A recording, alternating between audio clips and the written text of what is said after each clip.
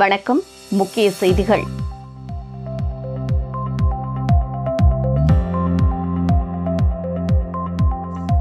சட்டமன்ற வாயிலில் அமர்ந்து பாஜக நியமன எம்எல்ஏ தர்ணா. இந்துக்கள் குறித்த ராகுல் காந்தியின் பேச்சிற்கு கண்டனம்.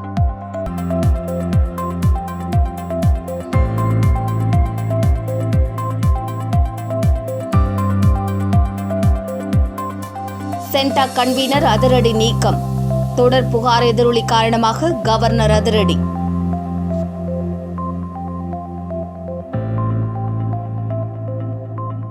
இனி விரிவான செய்திகள்.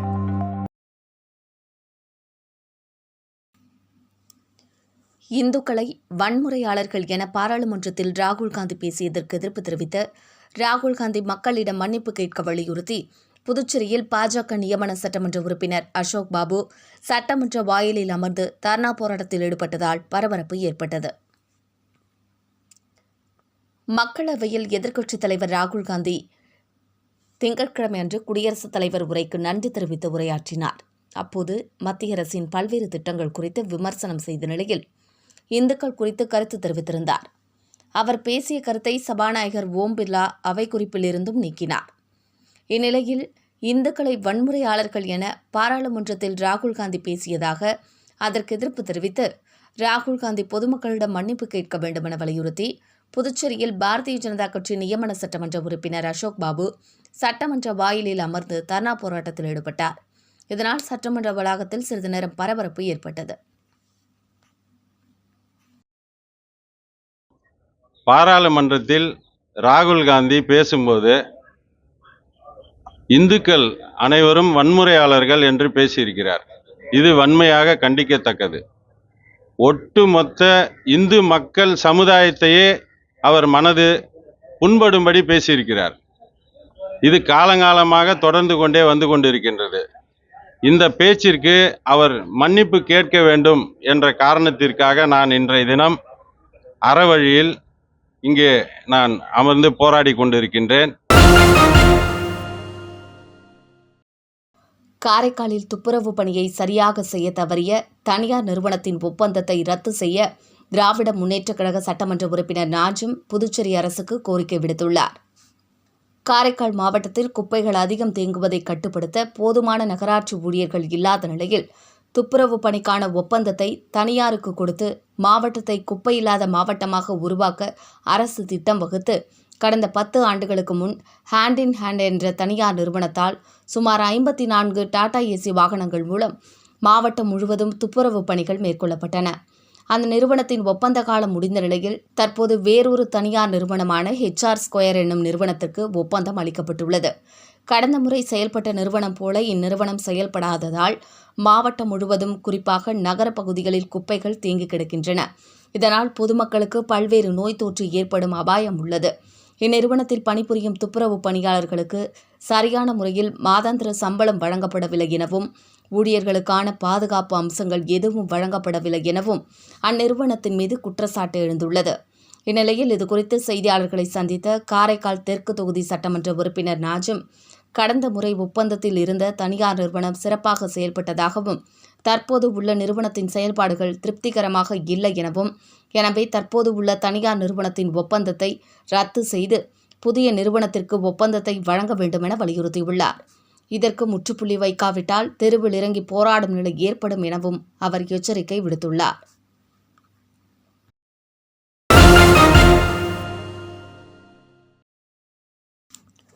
புதுச்சேரியில் மரக்கன்று நடும் திருவிழாவை முன்னிட்டு பொதுமக்களுக்கு இலவசமாக வழங்க உள்ள 10,000க்கும் மேற்பட்ட மரக்கன்றுகளை சட்டமன்ற உறுப்பினர்களுக்கு வழங்கி முதலமைச்சர் ரங்கசாமி துவக்கி வைத்தார்.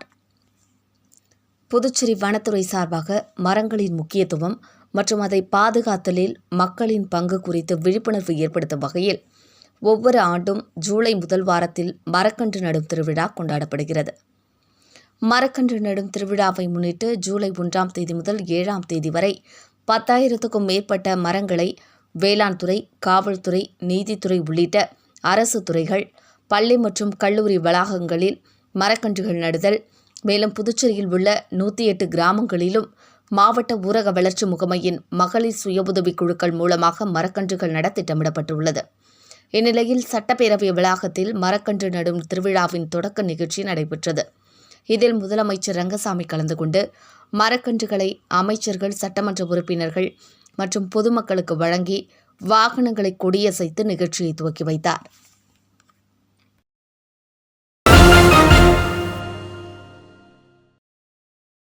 புதுச்சேரி அரசு தொழிலாளர் நலத்துறையில் நிரந்தரமாக ஆணையர் இல்லாததால் தொழிலாளர் துறை முழுக்க முழுக்க முதலாளிகளுக்கு ஆதரவாக செயல்படுவதாக குற்றஞ்சாட்டி ஏஐடியூசி தொழிற்சங்கத்தினர் கண்டன ஆர்ப்பாட்டத்தில் ஈடுபட்டனர். புதுச்சேரி மாநிலத்தில் உள்ள ஏராளமான தொழிற்சாலைகள், சிறு குறு நிறுவனங்களில் பணியாற்றும் பல்லாயிரக்கணக்கான தொழிலாளர்களின் விவகாரங்களை நிர்வகித்து தீர்வு காண வேண்டிய புதுச்சேரி அரசு தொழிலாளர் நலத்துறையில் நிரந்தரமாக தொழிலாளர் நல ஆணையர் இல்லாமல் பொறுப்பு ஆணையரே இந்த துறையின் கூடுதலாக கவனித்து வருவதால், அவர் அலுவலகத்திற்கு வராத காரணத்தால் ஆயிரக்கணக்கான தொழிலாளர்களின் புகார்களுக்கு உரிய நடவடிக்கை எடுக்க முடியாமல் உள்ளதாக ஏஐடியூசி குற்றம் சாட்டியுள்ளது. தொழிலாளர் நலத்துறைக்கு நிரந்தர ஆணையர் இல்லாததால் தொழிலாளர் நலத்துறை முழுக்க முழுக்க முதலாளிகளுக்கு ஆதரவாக தொழிலாளர் நலன் மறந்த துறையாக மாறியுள்ளது என கூறியும், 2016ஆம் ஆண்டிற்கு பிறகு தொழிலாளர்களுக்கு குறைந்தபட்ச சட்டக்கூலி திருத்தி அமைக்கப்படவில்லை எனவும், கடந்த ஆண்டு நிர்ணயம் செய்த கூலியும் முதலாளிகளின் ஆட்சேபத்தால் கிடப்பில் போடப்பட்டுள்ளதாகவும், தொழிற்சாலைகளில் ஏற்படும் தொழில் விவகாரங்களில் சமரச அதிகாரி முதலாளிக்கு சாதகமாக செயல்படுகிறார் என குற்றஞ்சாட்டியும், இதனால் தொழிலாளர்களின் சம்பள உயர்வு பிரச்சினை கிடப்பில் போடப்பட்டு அவர்களின் குடும்பங்களை சிரமத்திற்கு உள்ளாக்கியுள்ளதற்கு தொழிலாளர் நலத்துறையின் சீர்கேடுதான் காரணம் என கூறி, அதன் அலுவலக வாயில் முன்பு ஏஐடியூசி தொழிற்சங்கத்தைச் சேர்ந்த ஏராளமான தொழிலாளர்கள் கண்டன ஆர்ப்பாட்டத்தில் ஈடுபட்டு வருகின்றனர்.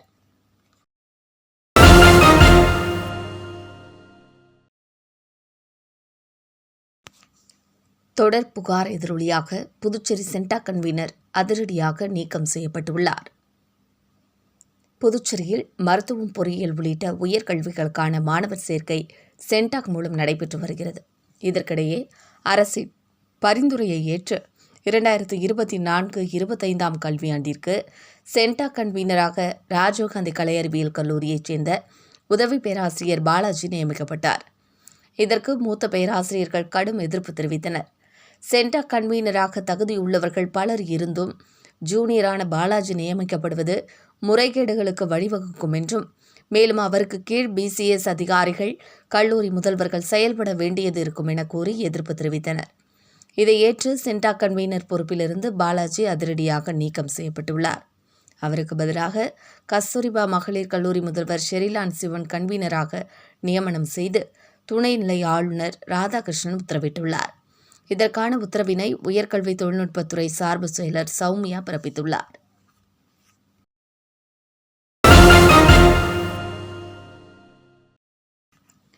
மத்திய அரசு அமல்படுத்தியுள்ள புதிய குற்றவியல் சட்டத்தின் கீழ் புதுச்சேரியில் முதலில் வட்டாட்சியர் அலுவலகத்தை முற்றுகையிட்ட புதிரை வண்ணார் இயக்கத்தினர் மீது வழக்கு பதிவு செய்யப்பட்டுள்ளது. இலவச கல்வி திட்டத்திற்கு உயர்நீதிமன்ற வழிகாட்டுதல்படி சரியான முறையில் கிராம விசாரணை செய்யாமல் வன்முறையை தூண்டும் வகையில் பிறப்பு முதல் இறப்பு வரை அனைத்து குலத்தொழில்களை செய்யவில்லை என்ற காரணத்தால் வண்ணான் பிரிவைச் சேர்ந்தவர்களுக்கு சாதி சான்றிதழை வட்டாட்சியர் வழங்கவில்லை என கூறி புதிரை வண்ணார் விடுதலை இயக்கத்தைச் சேர்ந்த 50க்கும் மேற்பட்டோர் நூறடி சாலையில் உள்ள வட்டாட்சியர் அலுவலகத்தை முற்றுகையிட்டு வட்டாட்சியர் பதவி மீது வன்கொடுமை சட்டத்தின் கீழ் வழக்கு பதிவு செய்ய வேண்டும் என போராட்டத்தில் ஈடுபட்டனர். தொடர்ந்து சம்பவ இடத்திற்கு வந்த முதலியார்பேட்டை போலீசார் போராட்டத்தில் ஈடுபட்டவர்களை கைது செய்து பின்னர் விடுதலை செய்தனர். இந்நிலையில் இன்று அமலுக்கு வந்த மத்திய அரசின் 3 புதிய குற்றவியல் சட்டத்தின் கீழ் புதுச்சேரி மாநிலத்தில் முதன்முறையாக முதலியார்பேட்டை காவல் நிலையத்தில் வண்ணார் இயக்கத்தினர் மீது BNSS 170 பிரிவின் கீழ் வழக்கு பதிவு செய்யப்பட்டுள்ளது குறிப்பிடத்தக்கது.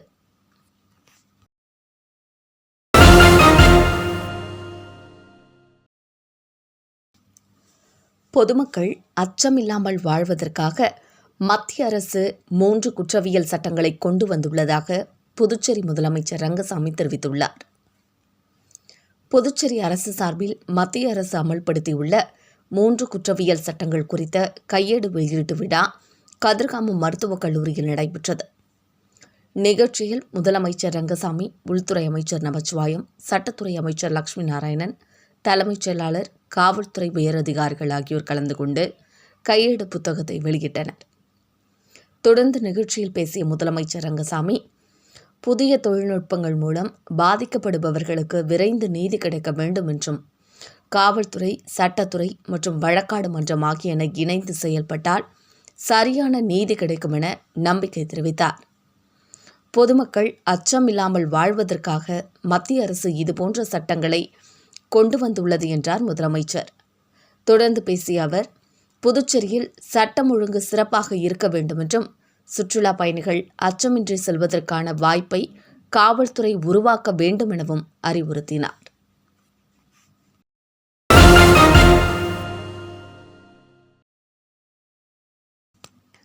வாதானூரில் குடிநீர் பற்றாக்குறையை போக்க புதிய போர்வெல் அமைக்கும் பணியை அமைச்சர் நமச்சிவாயம் துவக்கி வைத்தார். மண்ணாடிப்பட்டு சட்டமன்ற தொகுதிக்குட்பட்ட வாதானூர் கிராமத்தில் தற்போது நிலவி வரும் குடிநீர் பற்றாக்குறையை போக்க பொதுப்பணித்துறை மூலம் 10,40,000 ரூபாய் மதிப்பீட்டில் புதிய போர்வெல் அமைக்கும் பணிக்கான பூமி பூஜை நடைபெற்றது. இந்நிகழ்ச்சியில் அமைச்சர் நமச்சிவாயம் கலந்து கொண்டு விழாவிற்கு தலைமை தாங்கி போர்வெல் அமைக்கும் பணியை பூஜை செய்து துவக்கி வைத்தார். இதில் பாரதிய ஜனதா பிரமுகர் முத்தழகன், நிர்வாகிகள் தமிழ்மணி, கலியபெருமாள், பொது சுகாதார கோட்ட செயற்பொறியாளர் உமாவதி, கிராம குடிநீர் திட்ட உதவி பொறியாளர் பீனாராணி, இளநிலை பொறியாளர் சுதர்சனம், மண்ணாடிப்பட்டு கொம்யூன் பஞ்சாயத்து ஆணையர் எழில்ராஜன், உதவி பொறியாளர் மல்லிகார்ஜுனன், இளநிலை பொறியாளர் மனோகரன் மற்றும் ஊர் பொதுமக்கள் திரளாக கலந்து கொண்டு சிறப்பித்தனர்.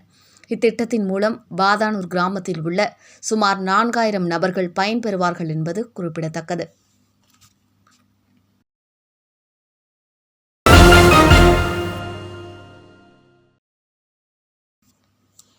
கோரிக்கைகளை தீர்க்கவில்லை எனில் 2026 சட்டசபை தேர்தலை புறக்கணிப்போம் என அமைச்சக ஊழியர் சங்கம் அறிவித்துள்ளது. இதுகுறித்து செய்தியாளர்களை சந்தித்த புதுச்சேரி ஒருங்கிணைந்த அமைச்சக ஊழியர் சங்க பொதுச் செயலாளர் ராஜேந்திரன் கூறுகையில், புதுச்சேரி அரசு உதவியாளர்களுக்கான துறை ரீதியான போட்டித் தேர்வை நடத்தி முடிவை வெளியிட்டதென்றும், அதில் மதிப்பெண் வெளியிடவில்லை, மதிப்பெண் வெளியிடாவிட்டால் சிபிஐக்கு விசாரணை கோருவோம் என தெரிவித்திருந்தோம். அதன் அடிப்படையில் வெளியிடப்பட்ட பட்டியலில் அதிக மதிப்பெண் எடுத்தவர்கள் தேர்ச்சி பெறவில்லை, குறைந்த மதிப்பெண் எடுத்தவர்கள் தேர்ச்சி பெற்றுள்ளனர். ஆனால் யார் எத்தனை மதிப்பெண் எடுத்து தேர்ச்சி பெற்றனர், காத்திருப்பு பட்டியலில் உள்ளவர்கள் யார் என தெளிவாக வெளியிடவில்லை. 3 ஆண்டுகளுக்கு ஒரே இடத்தில் இருப்பவர்களை இடமாற்றம் செய்ய வேண்டும். சென்சிட்டிவ் துறைகளில் 2 ஆண்டுகள் இருந்தால் இடமாற்றம் செய்ய வேண்டுமென மத்திய விஜிலன்ஸ் விதி கூறுகிறது. புதுச்சேரியில் 54 அரசு துறைகள் இருக்கின்றன. இவற்றில் உள்ள அரசு ஊழியர்களை நிர்வாக சீர்திருத்த துறை இடமாற்றம் செய்கிறது. சிறப்பாக செயல்படும் ஊழியர்களை சில ஆண்டுகள் தக்க வைக்க அரசு துறை தலைவர்கள் கோப்பு அனுப்புகின்றனர். ஆனால் நிர்வாக சீர்திருத்த துறையோ உடனடியாக அவர்களை அந்த துறையில் இருந்து விடுவிக்கிறது. சென்சிட்டிவ் துறையான நிர்வாக சீர்திருத்த துறையில் 12 முதல் 17 ஆண்டுகள் வரை ஒரே இடத்தில் பணிபுரிகின்றனர். அவர்களை ஏன் இடமாற்றவில்லை என கேள்வி எழுப்பினார். அமைச்சக ஊழியர்கள் கோரிக்கை தொடர்ந்து நிராகரிக்கப்பட்டு வருவதாகவும், அமைச்சக ஊழியர்கள் கோரிக்கைகளை தீர்க்காவிட்டால் 2026 சட்டசபை தேர்தலை புறக்கணிப்போம் என அவர் தெரிவித்தார்.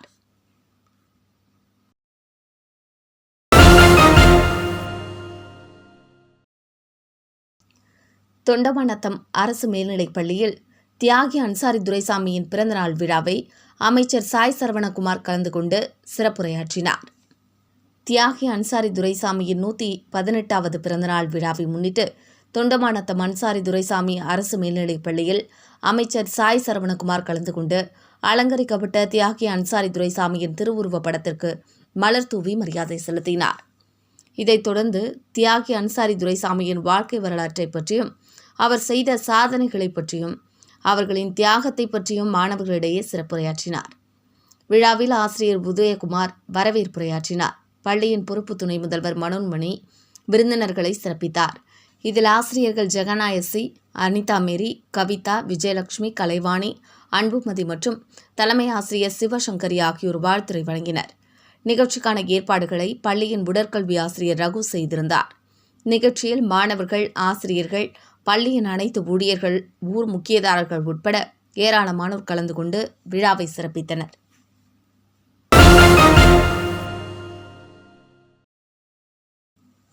விக்கிரவாண்டி சட்டமன்ற தொகுதி இடைத்தேர்தலை முன்னிட்டு அம்மா மக்கள் முன்னேற்றக் கழக தலைமை நிலைய கழக நிர்வாகிகள் தேர்தல் பணிக்குழு ஆலோசனைக் கூட்டம் முண்டியம்பாக்கத்தில் நடைபெற்றது.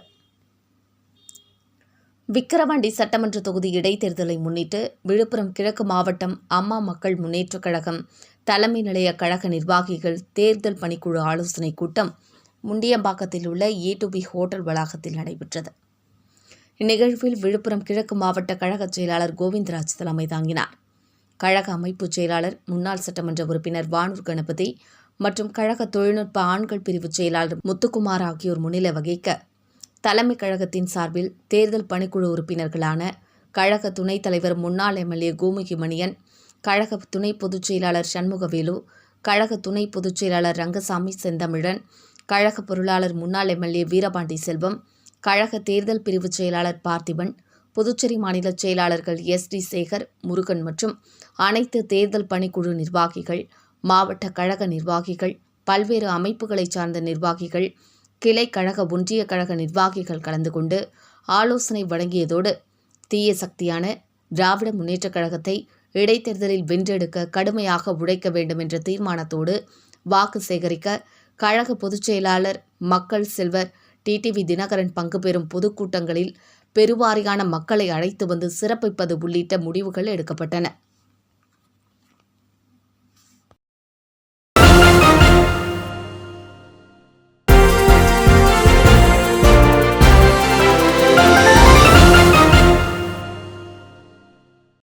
மீண்டும் முக்கிய செய்திகள்.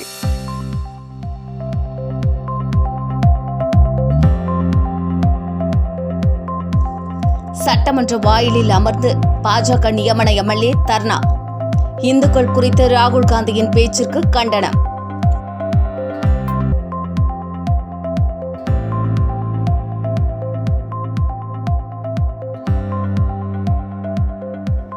சென்டா கன்வீனர் அதிரடி நீக்கம். தொடர் புகார் எதிரொலி காரணமாக கவர்னர் அதிரடி.